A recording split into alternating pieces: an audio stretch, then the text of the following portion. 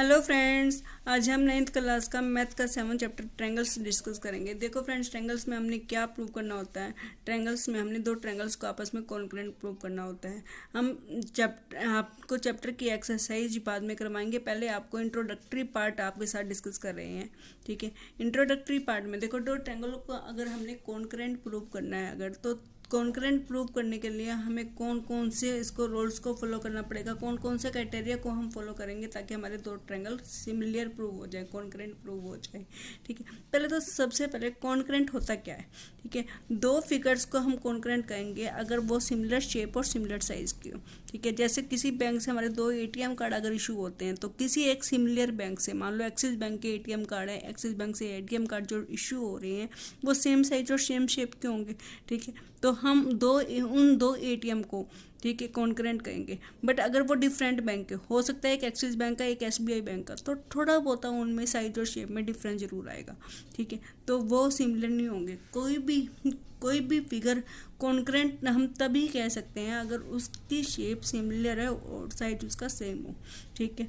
दो line segment को हम कॉन्करेंट कहेंगे अगर उनकी लेंथ इक्वल है, ठीक है। दो एंगल को भी हम कॉन्करेंट कहेंगे अगर उनके मेयर्स इक्वल है, ठीक है। ये भी एंगल, बी एंगल भी 60 डिग्री का, हमारा ई एंगल भी 60 डिग्री का है, मतलब दो एंगल हमारे कॉन्करेंट है, ठीक है। दो सर्कल भी कॉन्करेंट हो सकते हैं अगर उनकी रेडियाई इक्वल है, ठीक है। दो स्क्वायर भी हमारे कॉन्करेंट हो सकते हैं अगर उनके साइड्स इक्वल है, ठीक है। सिमिलरली हम दो ट्रायंगल को भी कॉन्करेंट प्रूव कर सकते हैं उनकी अगर तीनों साइड एक दूसरे के कॉन्करेंट है, इक्वल है, ठीक है। तो वो हम कहेंगे हमारे दोनों ट्रायंगल एक दूसरे के कॉन्करेंट है। हो सकते हैं साइड इक्वल दी हो दोनों ट्रायंगलों की, हो सकता है उनके एंगल्स एक दूसरे के इक्वल हो। एंगल इक्वल होंगे तो साइड्स भी इक्वल होंगी, ठीक है। इसके लिए स्टूडेंट्स हम कुछ क्राइटेरिया को फॉलो करेंगे, ठीक है। क्राइटेरिया हमें दिया हुआ है, जैसे for example SES concurrent rule. SES concurrent rules में फ्रेंड्स किसी भी दो ट्रायंगल की अगर दो साइड्स इक्वल है और उनके बीच में बनने वाला हमारा एक एंगल इक्वल है, ठीक है, तो हम उन दोनों ट्रायंगलों के SES कॉन्करेंट रूल से उन दोनों ट्रायंगलों को एक दूसरे के कॉन्करेंट कहेंगे। सिमिलरली अगर हमारा AS कॉन्करेंट रूल है, ठीक है, जैसे हमारा SAS कॉन्करेंट रूल था वैसे ही AS कॉन्करेंट रूल के अकॉर्डिंग अगर हमारे किन्हीं दो ट्रायंगल्स के दो एंगल इक्वल है और उनके बीच में बनने वाली साइड्स इक्वल है।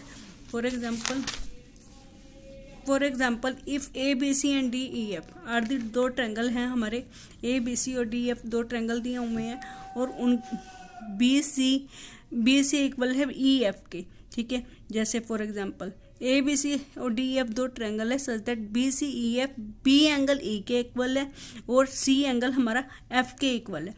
इसमें दो एंगल इक्वल दिए हुए हैं और उनके बीच की बनने वाली एक साइड इक्वल दी हुई है। दो एंगल्स के बीच की साइड हमें इक्वल दी हुई है, तो एंगल साइड एंगल कौन क्राइटेरिया के अकॉर्डिंग हमारे दोनों ट्रायंगल आपस में कॉन्करेंट है।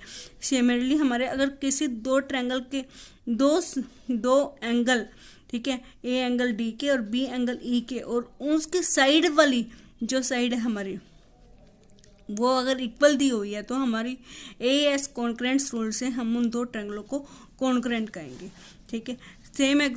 सेम जैसे ये हमारा SAS था, AAS था, ASA था, उसी तरह कुछ हमारा SAS कॉन्करेंसी रूल है। SAS कॉन्करेंसी रूल्स के अकॉर्डिंग क्या है, अगर दो ट्रायंगल्स की हमारी सारी साइड्स इक्वल दी हुई हैं, ठीक है, तो SSS कॉन्करेंसी रूल से दोनों ट्रायंगल एक दूसरे के कॉन्करेंट है। इसी तरह friends right hand side concurrency rule है। Right hand side concurrency rules के अकॉर्डिंग अगर हमारे कोई दो साइड इक्वल है, दो साइड्स का मतलब एक हाइपोटेनियस साइड और एक हमारी एक साइड, ठीक है, हाइपोटेनियस, AC इक्वल है DF के, BC इक्वल है हमारी EF के और हमारे दोनों राइट एंगल ट्रायंगल है, ठीक है, तो हम right hand side concurrency rule से दोनों ट्रायंगल हमारे कॉन्करेंट है, ठीक है। कुछ ट्रायंगल की और प्रॉपर्टी भी डिस्कस की हुई है। For example angle opposite to equal side of the isolated triangle are the equal, ठीक है। जैसे ABC हमारे ABC हमारे दो ट्रायंगल दिए हुए हैं, दोनों आइसोलेटेड है। इसमें क्या हुआ है, angle opposite to equal side of the isolated triangle, देखो ट्रेंगल के कुछ सम और प्रॉपर्टीज भी हैं जो हमारे क्वेश्चन सॉल्व करने में हमारी हेल्प करेंगी। ठीक है, ए बी सी एक ट्रेंगल्स हैं।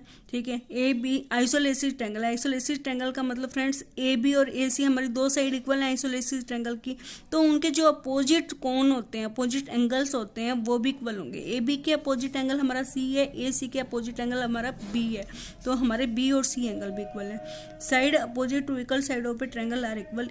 ठीक है, in A B C B angle equal to C angle.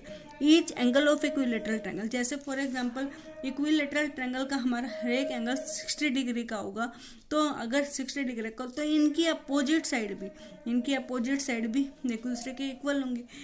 तीनों साइड और तीनों एंगल इक्विलेटरल ट्रायंगल के इक्वल होते हैं। ठीक है, तो स्टूडेंट्स आज हमने आपको इंट्रोडक्टरी पार्ट डिस्कस किया। नेक्स्ट वीडियो में हम आपको एक्सरसाइज 7.1 डिस्कस करेंगे। आई होप सो गाइज आपको समझ आ गया होगा। Thank you.